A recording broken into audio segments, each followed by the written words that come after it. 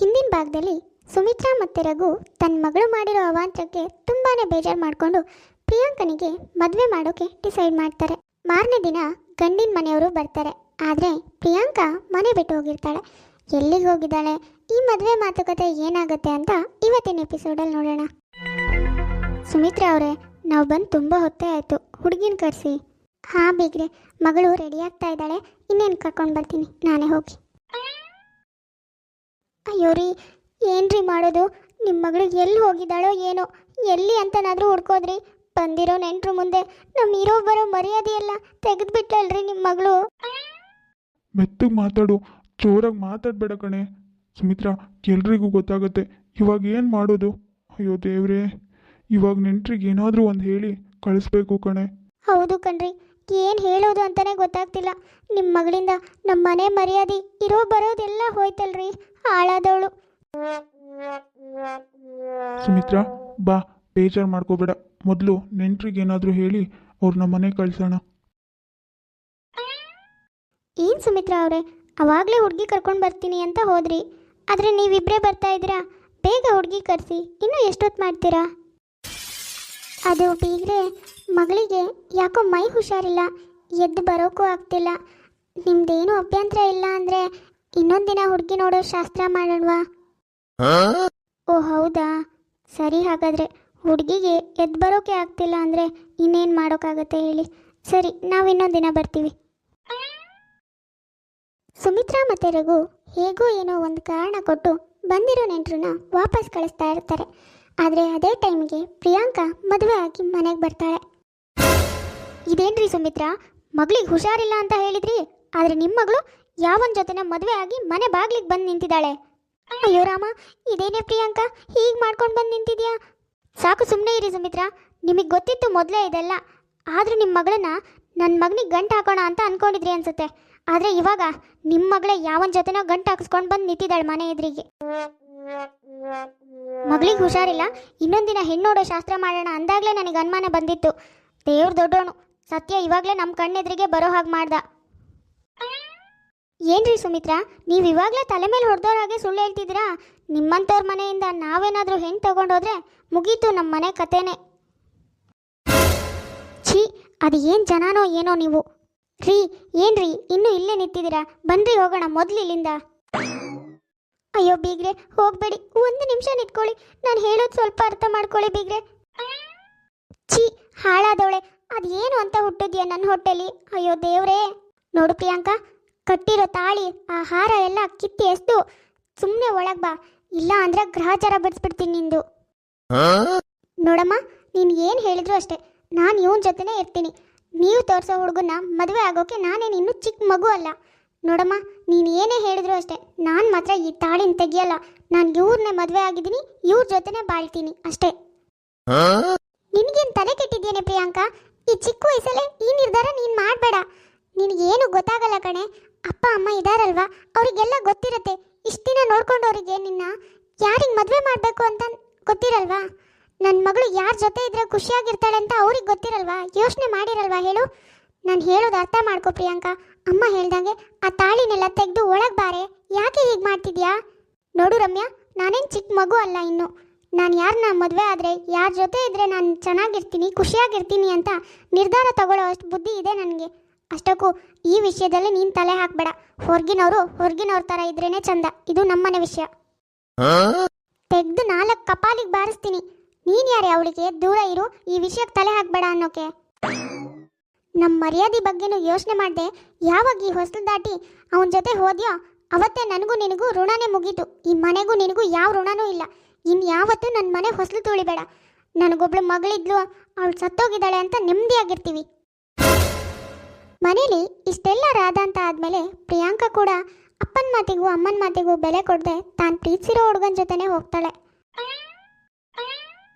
ಪಾಪ, ಮಗಳೇ ಸರ್ವಸ್ವ ಅಂದ್ಕೊಂಡಿದ್ದ ಅಪ್ಪನಿಗೆ ಏನು ಹೇಳಬೇಕು ಅಂತಾನೆ ಗೊತ್ತಾಗದೆ ತನ್ನ ಮಗಳು ಮಾಡಿರೋ ಮೋಸ ಸಮುದ್ರದ ಅಲೆಗಳ ಥರ ತನ್ನ ಮನಸ್ಸಲ್ಲೇ ಅಪ್ಪಳಿಸ್ತಾ ಇರುತ್ತೆ. ಹಾಗಾಗಿ ಏನು ಮಾತಾಡದೆ ಮೌನವಾಗಿ ಉಳಿದ್ಬಿಡ್ತಾನೆ. ಮನೆ ಬಿಟ್ಟು ಮದುವೆ ಆಗಿರೋ ಹುಡುಗನ ಜೊತೆನೇ ಹೋಗಿದ್ದ ಪ್ರಿಯಾಂಕನ ಜೀವನ ಮೊದಲಿಗೆ ತುಂಬಾ ಚೆನ್ನಾಗಿರುತ್ತೆ. ಆದರೆ ದಿನ ಕಳೆದಂಗೂ ಅರ್ಜುನ್ ವರ್ತನೆ ಬದಲಾಗೋಕೆ ಶುರುವಾಗತ್ತೆ. ಏನು ಅರ್ಜುನ್, ಯಾವಾಗಲೂ ಬೇಗನೆ ಮನೆಗೆ ಬರ್ತಾ ಇದ್ರಿ, ಆದರೆ ಇವಾಗ ತುಂಬ ಲೇಟಾಗಿ ಮನೆಗೆ ಬರ್ತಿದ್ದೀರಾ. ನಾನೊಬ್ಳು ಮನೇಲಿ ನಿಮಗೋಸ್ಕರ ಕಾಯ್ತಾ ಇದ್ದೀನಿ ಅಂತ ನೆನಪಿಲ್ವಾ? ನೀ ನನಗೆ ನೆನಪಿರೋದಕ್ಕೆ ನಾನು ಮನೆಗೆ ಬರ್ತಾ ಇಲ್ಲ. ಏನು ಮಾತಾಡ್ತಾ ಇದ್ದೀರಾ ಅರ್ಜುನ್? ನಾನು ಮನೇಲಿರೋದಕ್ಕೆ ನೀವು ಮನೆಗೆ ಬರ್ತಾ ಇಲ್ವಾ? ಛೀ, ನಿನ್ನ ಮದುವೆ ಆದಾಗಿಂದನೂ ಒಂದು ದಿನನೂ ನಾನು ನೆಮ್ಮದಿಯಾಗಿಲ್ಲ. ದಿನ ಬೆಳಕು ಹರಿದ್ರೆ ಸಾಕು, ಅರ್ಜುನ್ ಅದನ್ನು ತೊಗೊಂಡು ಬನ್ನಿ, ಅರ್ಜುನ್ ಇದನ್ನು ತೊಗೊಂಡು ಬನ್ನಿ ಅಂತ ಜೀವ ತಿಂತೀಯ ನಂದು. ದಿನ ತೊಗೊಂಡು ಬನ್ನಿ ಅಂದರೆ ನಾನೇನು ದುಡ್ಡಿನ ಗಿಡ ನೆಟ್ಟಿದ್ದೀನ? ನೀನು ಹೊರಗೆ ಹೋಗಿ ದುಡಿ, ಅವಾಗ ನಿನ್ನ ದುಡ್ಡಲ್ಲೇ ತಂದ್ಕೊಬೋದು. ಯಾವಾಗ ಮನೆಗೆ ಬಂದರೂ ನೆಮ್ಮದಿಯಾಗಿರೋಕೆ ಬಿಡಲ್ಲ. ಛೇ, ಯಾಕೆ ಅರ್ಜುನ್ ಹೀಗೆಲ್ಲ ಮಾತಾಡ್ತಾ ಇದ್ದೀರಾ? ನೀವು ನನ್ನ ಚೆನ್ನಾಗಿ ನೋಡ್ಕೋತೀರಾ ಅಂತ ತಾನೇ ನಾನು ನನ್ನ ಅಪ್ಪ ಅಮ್ಮನ್ನೆಲ್ಲ ಬಿಟ್ಟು ನಿಮ್ಮ ಜೊತೆ ಬಂದಿರೋದು. ಯಾಕೆ ಇವಾಗ ನೀವು ಹೀಗೆಲ್ಲ ಮಾತಾಡ್ತಾ ಇದ್ದೀರಾ? ನಾನಾದರೂ ಎಲ್ಲಿಗೆ ಹೋಗಲಿ ಅರ್ಜುನ್ ನಿಮ್ಮನ್ನ ಬಿಟ್ಟು? ನನಗಾದರೂ ಯಾರಿದ್ದಾರೆ ಹೇಳಿ? ಏನು ಕೇಳಿದ್ರು ನಿಮ್ಮ ಹತ್ರನೇ ತಾನೇ ಕೇಳಬೇಕು. ನಾನೇನು ನಿನಗೆ ನನ್ನ ಜೊತೆ ಬಾ ಅಂತ ಕರೆದಿದ್ನಾ? ಇಲ್ಲ ತಾನೇ? ಏನೋ ಹುಡುಗಿ ಚೆನ್ನಾಗಿದ್ದಾಳೆ, ಸ್ವಲ್ಪ ದಿನ ಜೊತೆಗೆ ಟೈಮ್ ಪಾಸ್ ಮಾಡೋಣ ಅಂತ ಲವ್ ಮಾಡಿದರೆ, ಆದರೆ ನೀನು ನನಗೆ ಗಂಟು ಬಿದ್ದೆ. ಮದುವೆ ಆಗು, ಇಲ್ಲ ಅಂದರೆ ನಾನು ಸತ್ತೋಗ್ತೀನಿ ಅಂತ ಅಂದೆ. ನಾನೇನೋ ಹೋಗಲಿ ಮನೇಲಿ ತೆಪ್ಪಗೆ ಬಿದ್ದಿರ್ತಾಳೆ ಅಂತ ಮದುವೆ ಆದರೆ ನಿನ್ನ ದಿನಾಲೂ ಜಾಸ್ತಿನೇ ಆಯಿತು. ಪ್ರಿಯಾಂಕನ ಮೊದಲು ತುಂಬ ಚೆನ್ನಾಗಿ ನೋಡ್ಕೊಳ್ತಿದ್ದ ಅರ್ಜುನ್ಗೆ ಆಮೇಲೆ ಹೆಂಡತಿ ಬೇಕು ಬೇಡಗಳನ್ನು ತೀರಿಸೋದು ತುಂಬಾ ಕಷ್ಟ ಅನ್ಸೋಕೆ ಶುರುವಾಗುತ್ತೆ. ಪ್ರೀತಿ ಮಾಡುವಾಗಿದ್ದಿದ್ದ ಪ್ರೀತಿ ಇವಾಗ ಇರ್ತಾ ಇರಲ್ಲ. ದಿನಾಲೂ ಕುಡ್ಕೊಂಡು ಬಂದು ಪ್ರಿಯಾಂಕನ ಹತ್ರ ಜಗಳ ಮಾಡ್ತಿರ್ತಾನೆ. ಆ ಕಡೆ ಪ್ರಿಯಾಂಕನ ಜೀವನ ಹಾಗಾಗಿದ್ರೆ ಈ ಕಡೆ ಸುಮಿತ್ರನ ಜೀವನ ಬೇರೆ ಥರನೇ ಇರುತ್ತೆ.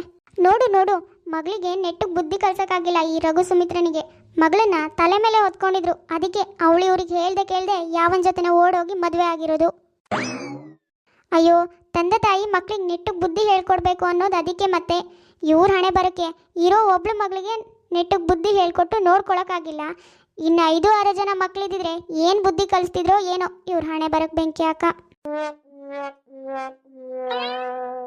ಪಾಪ ಮಗಳು ಮಾಡಿರೋ ಒಂದೇ ಒಂದು ತಪ್ಪು ನಿರ್ಧಾರಕ್ಕೆ ಇಡೀ ಊರು ಮನೆ ನೆಂಟರು ದಿಷ್ಟರು ಎಲ್ಲರೂ ಎದುರಿಗೂ ಸುಮಿತ್ರಾ ಮತ್ತು ರಘು ತಲೆ ತಗ್ಸೋ ಹಾಗಾಗತ್ತೆ. ಎಲ್ಲರೂ ಮನೇಲೂ ಹೀಗೆ ಮಕ್ಕಳು ಮಾಡೋ ತಪ್ಪಿಂದ ಅಪ್ಪ ಅಮ್ಮನೇ ತಲೆ ತಗ್ಗಿಸ್ಬೇಕು. ಹಾಗೆ ಪ್ರಿಯಾಂಕನ್ ತಂದೆ ತಾಯಿ ತಲೆ ತಗ್ಗಿಸ್ತಾರೆ. ಆದರೆ ಪಾಪ ರಘುಗೆ ತನ್ನ ಮಗಳಿಂದ ಊರೂರೆಲ್ಲ ಆಡ್ತಿರೋ ಚುಚ್ಚು ಮಾತುಗಳಿಂದ ಅವಮಾನ ಆಗ್ತಿರತ್ತೆ. ಅದನ್ನು ತಡ್ಕೊಳಕ್ಕಾಗದೆ ಆತ್ಮಹತ್ಯೆ ಮಾಡ್ಕೋತಾನೆ. ಇದಾದ್ಮೇಲೆ ಗಂಡನ್ ಕಳ್ಕೊಂಡಿರೋ ಸುಮಿತ್ರಾ ತುಂಬ ಕಷ್ಟಪಟ್ಟು ಬದುಕ್ತಾ ಇರ್ತಾಳೆ. ಒಂದು ದಿನ, ನೀನಾ ಹಾಳಾದವಳೆ, ಯಾಕೆ ಬಂದೆ ಇಲ್ಲಿಗೆ? ನಿನ್ನಿಂದ ನನ್ನ ಮಾಂಗಲ್ಯನೇ ಕಿತ್ಕೊಂಡ್ಯಲ್ಲೇ ದರಿದ್ರದವಳೆ. ಯಾಕಾದರೂ ಹುಟ್ಟಿದ್ಯೋ ನನ್ನ ಹೊಟ್ಟೆಲಿ? ಇಂಥ ಮಗಳು ಹುಡ್ತೀಯಾ ಅಂತ ನನಗೆಲ್ಲರೂ ಮೊದಲೇ ಗೊತ್ತಿದ್ದಿದೆ, ಅವಾಗಲೇ ಕತ್ತಿಸ್ಕಿ ಸಾಯಿಸ್ತಿದ್ನಲ್ಲೇ. ಅಮ್ಮ ಪ್ಲೀಸ್ ನನ್ನ ದಯವಿಟ್ಟು ಕ್ಷಮಿಸು. ನಿಮ್ಮನ್ನೆಲ್ಲ ಬಿಟ್ಟು ಅವನ ಜೊತೆ ಹೋಗಿದ್ದಕ್ಕೆ ನನಗೆ ಸರಿಯಾಗಾಯ್ತು. ಅಮ್ಮ ಪ್ಲೀಸ್ ನನ್ನ ಕ್ಷಮಿಸು. ಅಮ್ಮ ಇನ್ಮೇಲಿಂದ ನೀನೇನು ಹೇಳ್ತೀಯೋ ಅದನ್ನೇ ಕೇಳ್ತೀನಿ, ಅದನ್ನೇ ಮಾಡ್ತೀನಮ್ಮ, ಪ್ಲೀಸ್ ಅಮ್ಮ.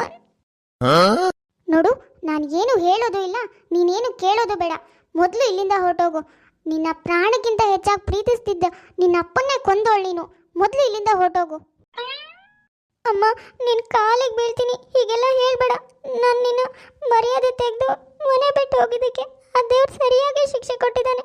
ಗಂಡ ಅಂದ್ಕೊಂಡವನು ನೀನು ಬೇಡ ಅಂತ ನನ್ನ ಬಿಟ್ಟು ಬೇರೆ ಯಾರ್ದ ಜೊತೆ ಹೋದ. ಆದರೆ ಅವನ ಮಗು ನನ್ನ ಹೊಟ್ಟೆಲೇ ಇದೆ ಅಮ್ಮ. ನನಗೆ 4 ತಿಂಗಳು ಮಗು ತೆಗ್ಸೋಕ್ಕೂ ಆಗ್ತಿಲ್ಲ. ಇವಾಗ ನೀನು ನನ್ನ ಕೈ ಬಿಟ್ಟರೆ ನಾನು ಎಲ್ಲಿಗೆ ಅಂತ ಹೋಗಲಿ, ನೀನೇ ಹೇಳು ಪ್ಲೀಸ್ ಅಮ್ಮ, ನನ್ನ ಅರ್ಥ ಮಾಡ್ಕೊ. ಏನೇ ಹೇಳ್ತಿದ್ಯಾ? ಗಂಡನ್ ಬಿಟ್ಟು ಹೊಟ್ಟೆಲ್ ಮಗು ಇಟ್ಕೊಂಡು ಇಲ್ಲಿಗೆ ಬಂದಿದೆಯಲ್ಲ, ಮುಂದೆ ನಿನ್ನ ಯಾರೇ ಮದುವೆ ಆಗ್ತಾರೆ? ಅಯ್ಯೋ ದೇವ್ರೇ ಭಗವಂತ, ಯಾಕೆ ಈ ಥರ ಶಿಕ್ಷೆ ಕೊಡ್ತಿದ್ಯಾ ನನ್ನ ಜೀವನಕ್ಕೆ? ಹೌದಮ್ಮ, ನಿಜ ಹೇಳ್ತಾ ಇದ್ದೀನಿ. ಇವಾಗ ನಾನು ಏನು ಮಾಡಲಿ ಹೇಳು? ನನಗೇನು ತೋರಿಸ್ತಾನೆ ಇಲ್ಲ, ಅದಕ್ಕೆ ನಿನ್ನ ಹತ್ರ ಬಂದೆ. ಅಮ್ಮ ಪ್ಲೀಸ್ ಅಮ್ಮ, ನನ್ನ ಅರ್ಥ ಮಾಡ್ಕೊ, ನನ್ನ ಕೈ ಬಿಡಬೇಡ ಅಮ್ಮ. ಎಷ್ಟೇ ಅಂದರೂ ಪಾಪ ಸುಮಿತ್ರನಿಗೆ ಹೆತ್ತ ಕರಳು. ಅವಳ ಮಗಳು ಎಷ್ಟೇ ನೋವು ಮಾಡಿರಲಿ, ಆದರೆ ಮಗಳ ನೋವು ಅಂತ ಬಂದಾಗ ಇವಳಿಗೆ ಮಾಡಿರೋ ನೋವು ಯಾವುದೂ ನೆನಪೇ ಇರಲ್ಲ, ಎಲ್ಲ ಮರ್ತೋಗುತ್ತೆ. ಹಾಗೂ ಹೀಗೂ ಪ್ರಿಯಾಂಕನಿಗೆ ತಿಂಗಳು ತುಂಬಿ ಪುಟ್ಟ ಮಗು ಕೂಡ ಹುಟ್ಟತ್ತೆ. ಆದರೆ ಸುಮಿತ್ರಾ ತನ್ನ ಮಗಳ ಜೀವನ ಹಾಳಾಗತ್ತೆ ಅನ್ನೋ ಕಾರಣಕ್ಕೆ ಆ ಪುಟ್ಟ ಮಗುನ ಅನಾಥಾಶ್ರಮಕ್ಕೆ ಬಿಟ್ಬಿಡ್ತಾಳೆ. ಇಷ್ಟೆಲ್ಲ ಆದಮೇಲೆ ಸುಮಿತ್ರಾ ತನ್ನ ಮಗಳಿಗೆ ಬೇರೆ ಒಂದು ಒಳ್ಳೆ ಹುಡುಗನ ಜೊತೆ ಮದುವೆ ಮಾಡಿ ಅವಳ ಜೀವನನ ರೂಪಿಸ್ತಾಳೆ.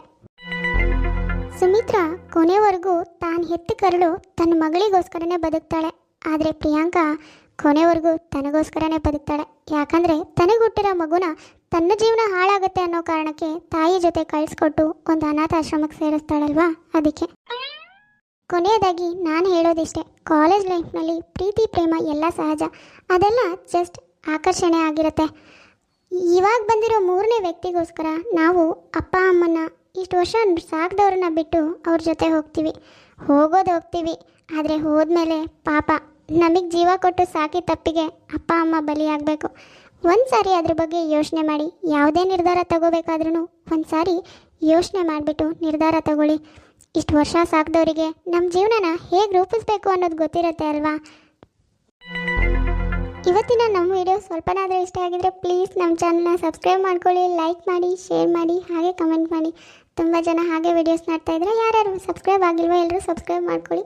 ಸರಿ ವೀಕ್ಷಕರೇ, ನಾನಿನ್ನ ಹೊರಡ್ತೀನಿ. ನೆಕ್ಸ್ಟ್ ವಿಡಿಯೋದಲ್ಲಿ ಮತ್ತೆ ಸಿಗೋಣ.